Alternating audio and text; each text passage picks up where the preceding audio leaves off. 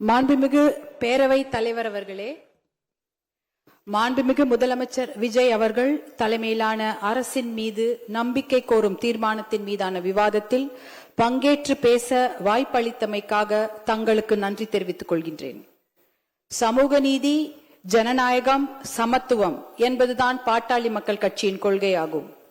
இந்த கொள்கை நோக்கங்களை எட்டுவதற்காகத்தான் பாட்டாளி மக்கள் கட்சி தொடர்ந்து பாடுபடுகிறது. போதையில்லாத தமிழ்நாடு, சமூக நீதி மற்றும் வளர்ச்சியில் சிறந்த புதியதோர் தமிழகம் படைப்போம் என்பதுதான் பாட்டாளி மக்கள் கட்சியின் நிலைப்பாடு ஆகும். பாட்டாளி மக்கள் கட்சியின் கொள்கைகளும் நோக்கங்களும் எப்போதும் தமிழ்நாட்டின் நலனை முன்னிறுத்துபவையாகும்.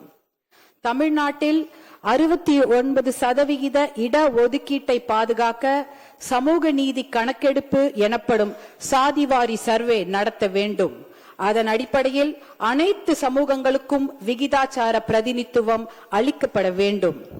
பெண்களின் பாதுகாப்பையும் முன்னேற்றத்தையும் உறுதி செய்ய வேண்டும். முழு மதுவிலக்கு மற்றும் போதைப் பொருட்களை முற்றிலுமாக ஒழிக்க வேண்டும். நீர் மேலாண்மைக்கு முக்கியத்துவம் அளித்து பாசன திட்டங்களை செயல்படுத்த வேண்டும்.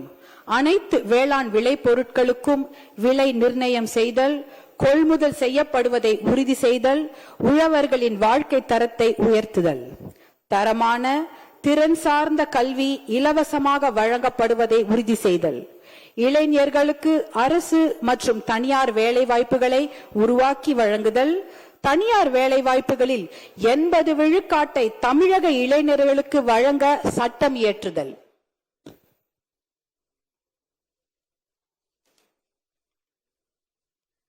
அனைவருக்கும் தரமான மருத்துவம் இலவசமாக வழங்கப்படுவதை உறுதி செய்தல், சுற்றுச்சூழலை பாதுகாத்தல், சதுப்பு நிலங்கள் ஆக்கிரமிக்கப்படுவதை தடுத்து நிறுத்துதல், மணல், கிரனைட், கருங்கல் உள்ளிட்ட கனிம வளங்கள் கொள்ளையடிக்கப்படுவதை தடுத்தல், தமிழ் மொழி வளர்ச்சி, கலாச்சாரம் ஆகியவற்றை பாதுகாத்தல் ஆகியவைதான் பாட்டாளி மக்கள் கட்சியின் நோக்கங்கள் ஆகும். மாண்புமிகு முதலமைச்சர் அவர்கள் தலைமையிலான ஆளுங்கட்சியும் சட்டப்பேரவை தேர்தலுக்கு முன்பாக வெளியிட்ட தேர்தல் அறிக்கையில் பாட்டாளி மக்கள் கட்சியின் கொள்கைகள், நோக்கங்கள் ஆகியவற்றுக்கு ஒத்துப்போகும் வகையில்தான் வாக்குறுதிகளை வழங்கியது. குறிப்பாக அனைத்து சமூகங்களுக்கும் விகிதாச்சார பிரதிநிதித்துவம் வழங்க சாதிவாரி சர்வே நடத்தப்படும், மகளிர் பாதுகாப்பை உறுதி செய்ய நடவடிக்கை, மது வணிகத்தை கட்டுப்படுத்த நடவடிக்கை, வேளாண் விளை பொருட்களுக்கு நியாயமான கொள்முதல் விலை, அரசு மற்றும் தனியார் வேலை வாய்ப்புகளை அதிகரித்தல், தனியார் துறை வேலை வாய்ப்பில் உள்ளூர் இளைஞர்களுக்கு 75% ஒதுக்கீடு வழங்கும் நிறுவனங்களுக்கு 2.5% ஜிஎஸ்டி மானியம், 5% மின்சார மானியம் வழங்கப்படும், நதிகள் இணைப்பு உள்ளிட்ட பாசன திட்டங்கள் செயல்படுத்தப்படும், சுற்றுச்சூழலை பாதுகாக்கவும் மணல் கொள்ளையை தடுக்கவும் நடவடிக்கை எடுக்கப்படும் என்று தமிழகத்தின் ஆளுங்கட்சியும் வாக்குறுதிகளை அளித்திருக்கிறது. தமிழகத்தின் முதலமைச்சராக பொறுப்பேற்ற மாண்புமிகு விஜய் அவர்கள் சட்டம் ஒழுங்கை பாதுகாப்பதற்கான நடவடிக்கைகள் குறித்து விவாதித்த பின் வழிபாட்டு தலங்கள், பள்ளிகள், மக்கள் கூடும் இடங்கள் ஆகியவற்றுக்கு அருகில் உள்ள 717 மதுக்கடைகளை அடுத்த 2 வாரங்களுக்குள் மூட ஆணையிட்டிருக்கிறார். அந்த நடவடிக்கையை பாட்டாளி மக்கள் கட்சி வரவேற்கிறது, பாராட்டுகிறது. மது ஒழிக்கப்பட வேண்டும் என்பதற்காகத்தான் 40 ஆண்டுகளுக்கும் மேலாக நாங்கள் போராடி வருகிறோம். உச்ச நீதிமன்றம் வரை சென்று சட்ட போராட்டம் நடத்தி தேசிய அளவில் 90,000 மதுக்கடைகளையும் 90,000 வைன் ஷாப்ஸ், தமிழ்நாட்டில் 3,321 மதுக்கடைகளையும் மூடியது பாட்டாளி மக்கள் கட்சி தான். தமிழ்நாட்டில் முழுமையான மதுவிலக்கையும் போதைப் பொருள் ஒழிப்பையும் மேற்கொள்ள அரசு நடவடிக்கை எடுத்தால் அதை பாட்டாளி மக்கள் கட்சி வரவேற்கும். மாண்புமிகு பேரவைத் தலைவர் அவர்களே, எனக்கு ஒரு ஆசை. என்னுடைய பேர குழந்தைகள் வளர்ந்து வரும்பொழுது போதை இல்லாத, மது பழக்கம் இல்லாத தமிழகம் உருவாகி இருக்க வேண்டும். அது என்னோட ஆசை மட்டுமல்ல, தமிழ்நாட்டில் இருக்கக்கூடிய அத்தனை பெண்களுடைய ஆசையும் அதுதான். போதை பழக்கமும் மது பழக்கமும் நம் இளைஞர்களை சீரழித்து கொண்டிருக்கிறது. நம்ம குழந்தைங்க வளரும் போது எப்படி வருவாங்களோ, ஒழுக்கமாக இருப்பார்களா என்பதே இன்று சந்தேகத்திற்குரிய ஒரு நிலைமையில தான் நம்மளுடைய தமிழகம் தள்ளாடி கொண்டிருக்கிறது. இது என்னுடைய ஆசை மட்டுமில்ல, எல்லாருடைய தாய்மார்களுடைய ஆசையும் அதுதான். அதற்கு முதற்கட்டமாக நேற்று நம்முடைய மாண்புமிகு முதலமைச்சர் அவர்கள் 717 மதுக்கடைகளை மூடப்படுவதாக அறிவித்திருக்கிறார். அதை நாங்க மனமார்ந்து பாராட்டுகிறோம், வரவேற்கிறோம், அதற்கு நன்றிகளை தெரிவித்துக் கொள்கின்றோம். ஏன்னா நான் இந்த நேரத்தில் என் மீது அன்பு வைத்து பாசம் வைத்து என்னை இந்த சட்டப்பேரவைக்கு தேர்ந்தெடுத்த தர்மபுரி தொகுதி மக்களுக்கு என்னுடைய கோடானு கோடி நன்றிகளை இந்த நேரத்தில் தெரிவித்துக் கொள்கின்றேன். ஏனென்றால் தர்மபுரி மாவட்டத்தில் தான் மது பழக்கம் என்பது அதிகமாகவும் மது வணிகம் என்பது அதிகமாகவும் இருக்கிறது. பர் கேபிட்டா கன்சம்ஷன் என்பது தர்மபுரி மாவட்டத்தில் அதிகமாக உள்ளது. Per capita consumption of alcohol, அதாவது மது பழக்கம், தனி மனிதருடைய மது பழக்கம் அதிகமாக இருக்கும் மாவட்டம் எது என்றால் அது தர்மபுரி மாவட்டம். அப்படிப்பட்ட அந்த நிலையில் முதற்கட்டமாக நீங்கள் 717 மதுக்கடைகளை மூட உத்தரவிட்டிருப்பது அது மிகப்பெரிய ஒரு விஷயம். அது பெண்கள் எல்லாரும் அனைவரும் வரவேற்கிறார்கள்.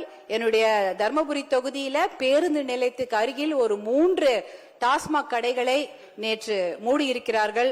இதற்கு எங்களுடைய பாராட்டுதல்களை நாங்கள் கண்டிப்பாக தெரிவித்துக் கொள்கின்றோம். அதே போல ஒரு மதுக்கடையை மூடுனா அதற்கு பக்கத்துல ஒரு 4-5 சந்து கடைகளை திறந்து விடுகிறார்கள். அது தமிழகம் முழுக்க இருக்கிறது. தர்மபுரி மாவட்டத்துல அதை நாங்க கண்கூடாக பார்த்திருக்கின்றேன். நாங்கெல்லாம் வெறுத்து போயிருக்கிறோம். ஒரு கடையை மூடுனா பக்கத்துல 4 சந்து கடைகள் திறக்கப்படுகிறது. ஆகையால் நீங்கள் இதில் கண்காணிப்புடன் விழிப்புடன் இருக்க வேண்டும். ஏனென்றால் ஒரு கடையை மூடுனா அதை 4 கடைங்க திறக்கிறாங்க. அதை கண்டிப்பாக தடுத்து நிறுத்த வேண்டும். அப்படி இருந்தால்தான் நம்மளுடைய தமிழக இளைஞர்களை காப்பாற்ற முடியும். தமிழ் பெண்களையும் தமிழ் சமுதாயத்தையும் நாம் காப்பாற்ற வேண்டும். இதற்கு சஸ்டைன்ட் எஃபர்ட் தேவை, தொடர் முயற்சி தேவை. ஒரு கடையை மூடிட்டா மட்டும் பத்தாது. மது ஒழிப்புன்றது மிகப்பெரிய சப்ஜெக்ட். அதுக்கு எவ்வளவு நேரம்னா பேசலாம். ஆனா அந்த ஒரு கடையை மூடுனா இன்னொரு கடை திறக்காம பார்த்து கொள்ள வேண்டும். அதற்கு விழிப்புடன் தொடர் முயற்சி தேவைப்படுகிறது. அதையும் நாங்க இந்த வேண்டுகோளாக இப்ப சொல்கின்றோம். அடுத்ததாக பாத்தீங்கன்னா, என்னை போன்ற பெண்கள் படிப்பதற்கும் கல்லூரிக்கு போவதற்கும் வேலைக்கு போவதற்கும் இது போல சட்டமன்றத்தில் பேசுவதற்கும் ஏன் ஓட்டுரிமை பெறுவதற்கு கூட எத்தனை நூற்றாண்டுகள் ஆகிவிட்டது. எத்தனையோ நூற்றாண்டுகள் அந்த மாதிரி பெண்கள் வெளியே வர முடியாத ஒரு நிலைமை. ஆனா இன்னைக்கு அதையெல்லாம் மீறி பெண்கள் வந்து சாதித்திருக்கிறார்கள். படிக்கிறாங்க, கல்லூரிக்கு போறாங்க, வேலைக்கு போறாங்க. இப்படி மாமன்றத்தில் வந்து பேசக்கூடிய அத்தனை விஷயங்களும் நடந்து கொண்டிருக்கிறது. ஆனால் இந்த போதை பழக்கம், மது பழக்கம் இருக்கும் போது எந்த பெண்களுக்கும் பாதுகாப்பில்லாத ஒரு நிலைமை. டாஸ்மாக் கடையை தாண்டும் போது ஒரு பெண்ணும் தலை குனிந்துதான் போவாங்க. ஏன் தெரியுங்களா? அந்த பக்கத்துல தலை நிமிந்து பார்த்தா யாராவது ஐ கான்டாக்ட் வந்துருச்சுன்னா என்ன மாதிரி விமர்சனங்களை தாங்க வேண்டுமோ, எப்படி கேலி பண்ணுவாங்களோ, யாராவது தப்பா சொல்லுவாங்களோ, பேசுவாங்களோன்னு பயந்து கொண்டு தலை குனிந்து போய் கொண்டிருப்பார்கள். இந்த பக்கம் அந்த பக்கம் பார்க்கவே மாட்டாங்க, அப்படியே போவாங்க. ஏன் இந்த நிலைமை?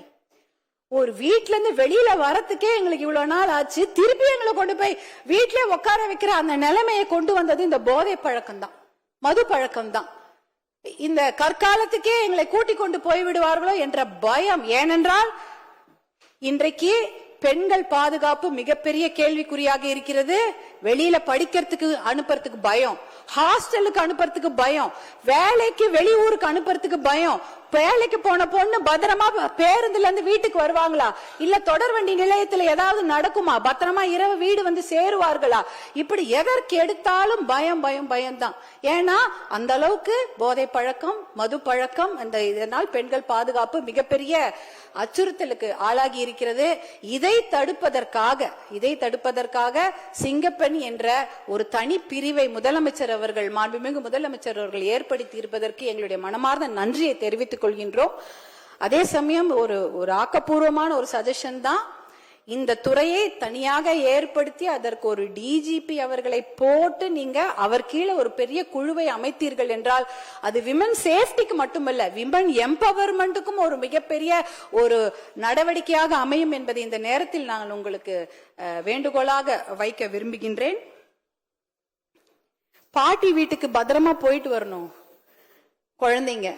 அதுதான் ஒரு பாட்டி வீட்டுக்கு போற குழந்தைய கூட இன்னைக்கு பாலியல் வன்கொடுமை, கூட்டு பாலியல் வன்கொடுமை போன்ற கொடுமைகள் நிகழ்ந்து கொண்டிருக்கிறது. அதை தடுத்து நிறுத்த வேண்டும். ஒரு பெண்ணா அதை தான் என்னால கேட்க முடியும். அந்த அளவுக்கு மனம் குமிறி போய் கடக்கிறோம் நாங்கெல்லாம்.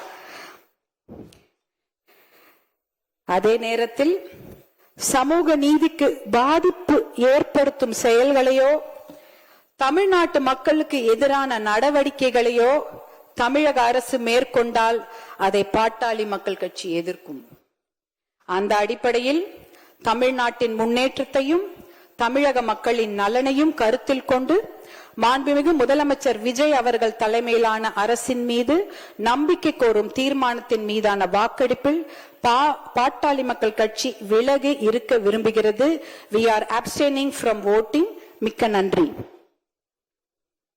மாண்புமிகு உறுப்பினர் தமீமுன் அன்சாரி அவர்கள்.